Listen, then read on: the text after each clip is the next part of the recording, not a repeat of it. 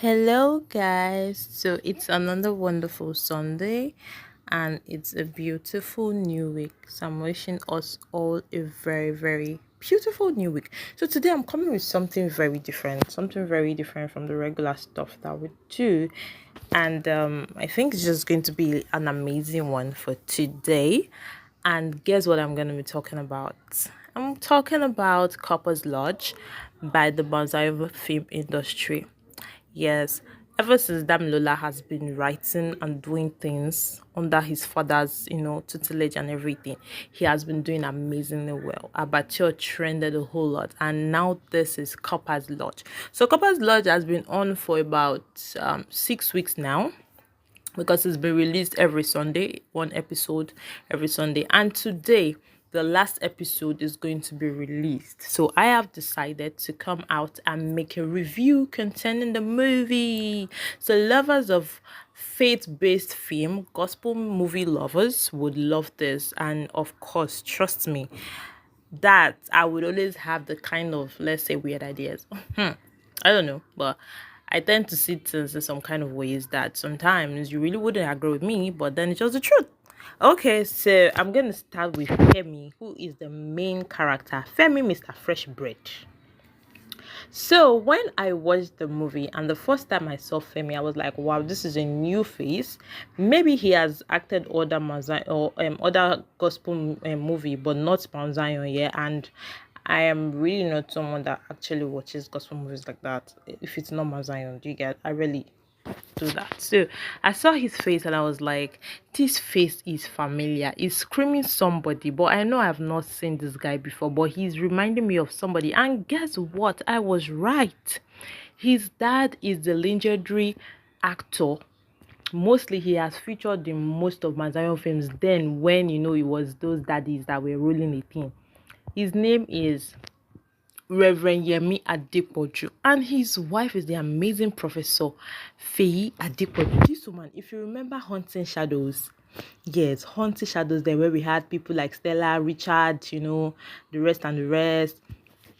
This woman played the role of the doctor. Yes, Mazayon people, like people we don't say for Mazayon movie, you remember this thing I'm saying. Okay, so let me not talk too much. So let's go straight. Femi is somebody that was actually I will not say that Femi was a born again child of God while he was still with his parents. Yes, that is my own perspective. I wouldn't say because he already had that mind that he was coming to, the NYSC camp for freedom, that he was going to live his life anyhow. So you will not tell me that that would be the mindset of a born again child of God. Assuming he did not have that mindset and then he got to that place and then one way or the other he turned to something else, will say okay, he was a fervent Christian and then he came here and backslided. But this one was like he was already coming here with that mindset of I'm coming here for freedom, I'm coming here to misbehave, it's coming to humanize.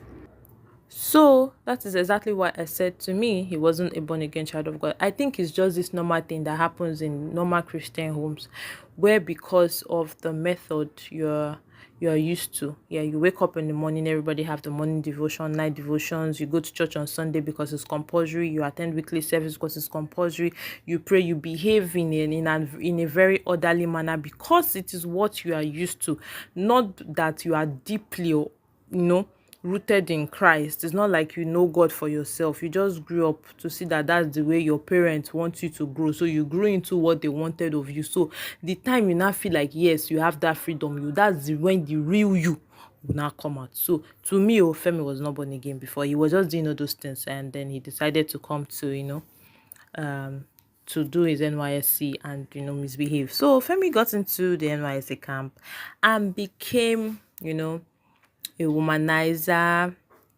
and everything you don't think a believer should be. And later on, okay, when he came into that place, he met this person, Emeka. His name is Philip Oyeleye. Okay, so Femi's real name is Victor Adikpoju, and he's the last child and only son of Reverend Yemi Adepoju and Professor Feyi Adepoju. I love this woman so much. So now let's go to Emeka. So Emeka, his name is Philip Oyeleye.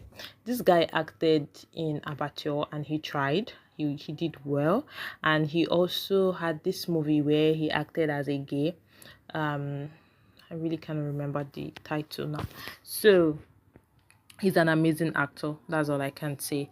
And this part is something, I have never seen him done before. Being a very good actor is you being very versatile, and I love it for him. Yeah, he really acted like a clown. Like, you could literally feel like slapping Emeka from the phone. You would want to squeeze the juice out of his brain to see if you can, reset it. You would be thinking in your head, can a human being actually be thinking like that is so dumb, so daft? I don't know how to put it, but he did well, because for him to get you this irritated, and for him to get you this angry, or for you to even detest him this much, and maybe for you to be tired of him this much, shows that he actually put himself in the character shoe and he delivered. So Emeka, on the other hand, is somebody that had lost his way a long time ago. He never knew God and everything, and then seeing Femi like that, he just continued his life, and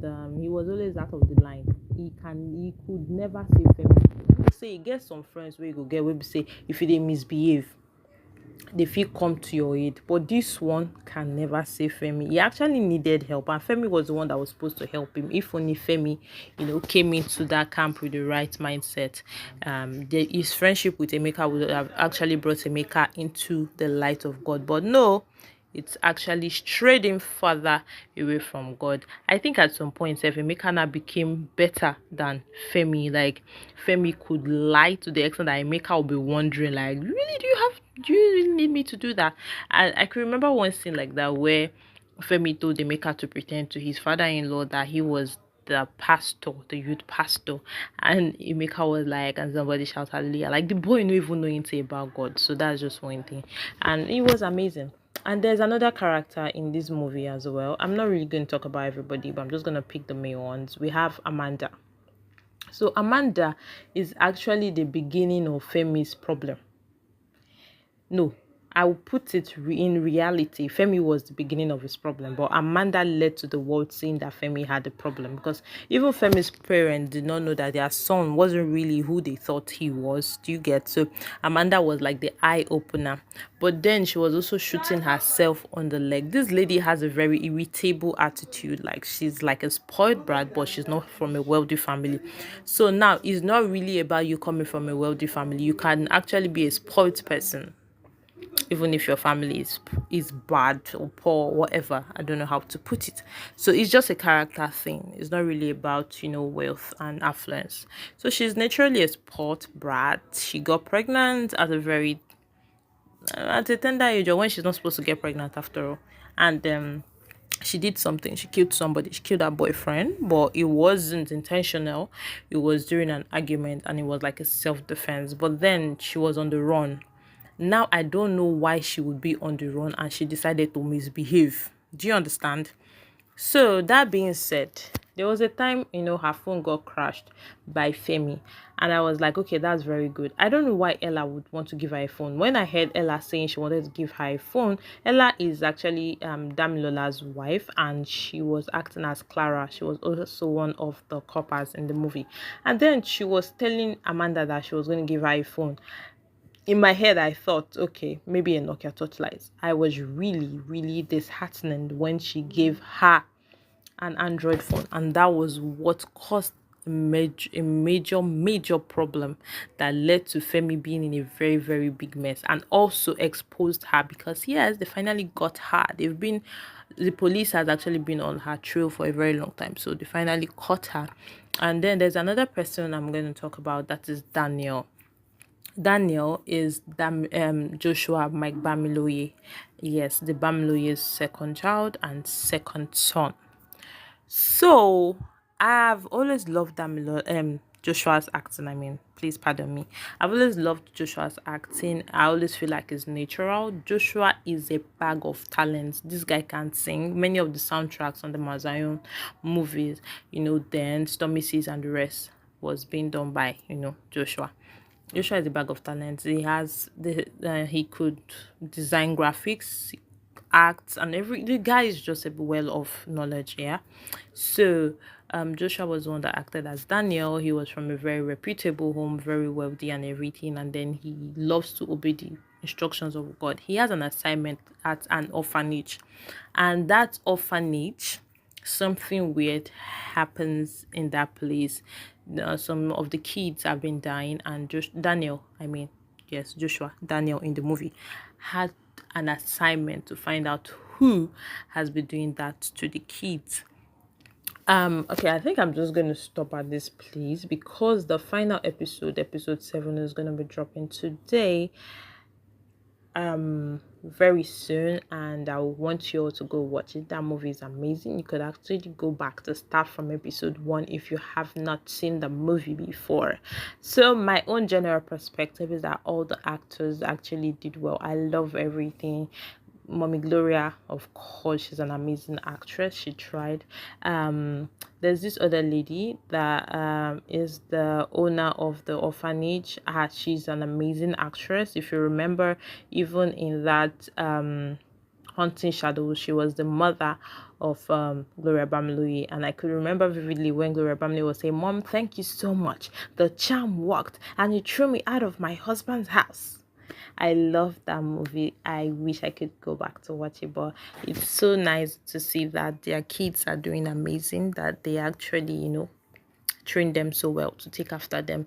And there's this other man that acted as Gloria Bamley's husband in this movie. His name is Lekon Ashika. He tried so well. I love all of them.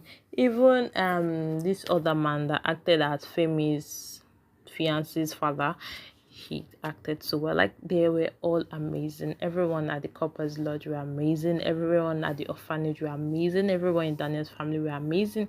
Everyone in Femi's family. Like, I loved where Femi's mother was so much arguing that her son was doing well. And the husband was like, "I know the dream I had. Allow me to talk to my son." The mom said, "No, my son is doing well. My son is a born again child of God." And at the end, when she saw the evidence, this woman was still the same person that fired her son. I'm like, "Why are you pretending to us?"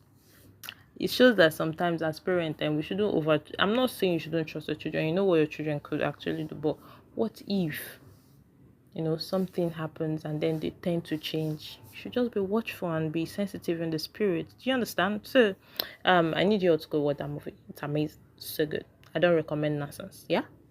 Okay, guys, so see you in my next video.